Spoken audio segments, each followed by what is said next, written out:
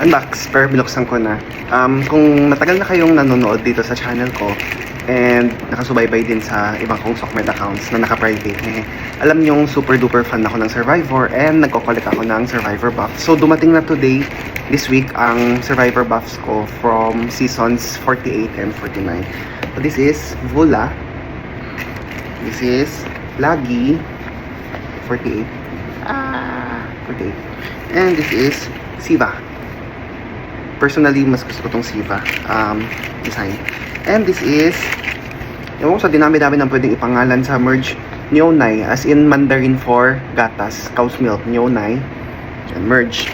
And then season 49, we have here, Uli.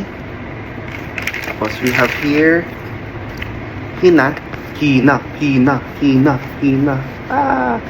And we have here, Kele.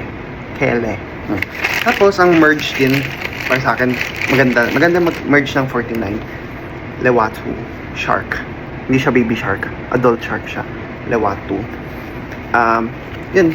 Tapos, nakapag-check out na rin ako ulit ng Survivor Season 50 pre-merge. So, yan si Vatu, Sila, and hala, ano yung color orange?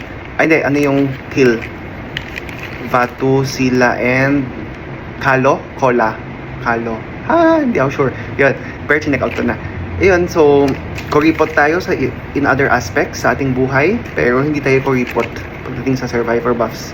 And obviously, sa mga books, and sa pagkain. Yun lang. It's just about balancing sa ating mga hobbies, diba? Ating mga luho.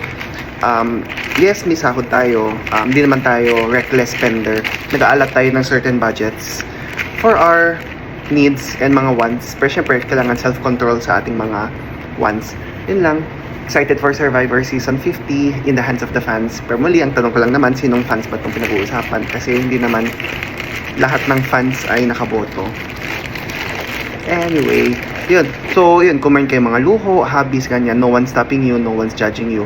Pero, yun, let's budget our money responsibly, spend, splurge responsibly, and your money, your rules. Basta, ang personal opinion, personal stand ko, itong mga luho, better na hindi galing sa utang at syempre hindi galing sa nakaw. Pinag-ipunan, pinag-save tayo ng matagal para makabili nitong mga luho natin, para ma-enjoy natin din ang ating sariling pera, kasi pinaghirapan din naman natin yan, at syempre mananatili ang ating gusto na mangyari na syempre, diba, ikulong na yan ang mga kurakot. At least di tayo kurakot at hindi tayo mga nepo babies.